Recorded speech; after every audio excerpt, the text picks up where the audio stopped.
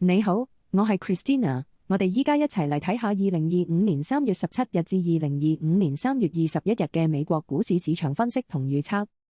美國總統特朗普近期頻繁出招，用關稅作為武器，從威脅對歐盟酒精飲品加倍徵稅，到無預警擴大貿易戰範圍，政策不確定性已經成為壓制美股嘅核心變數。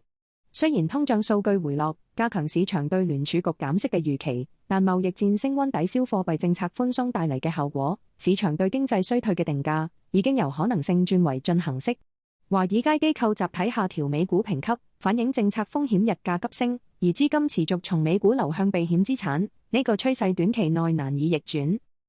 從市場運行節奏睇，美股經歷2星期急跌之後，已經進入超賣區間，而納指相對強勢股，例如英偉達、特斯拉，開始出現止跌信號。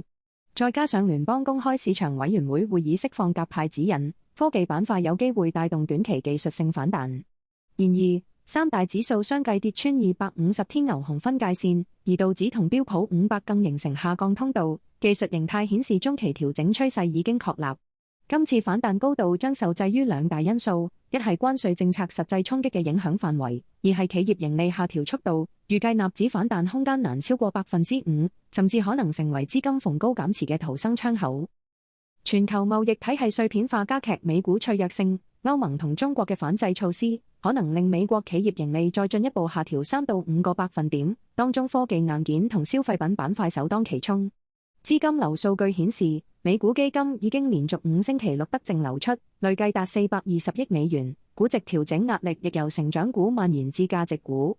雖然東升西降嘅資本再配置邏輯據部分新興市場形成支持，但美股流動性收縮仍然會壓制市場風險偏好。值得留意嘅係，債券波動率指數同股市恐慌指數同步上升，反映市場正逐步進入股債雙殺嘅格局。中短期嚟睇，美股將會喺政策黑天鵝同技術反彈之間出現劇烈震盪。如果道指跌穿32000點心理關口，可能會觸發程式交易連鎖式賣壓。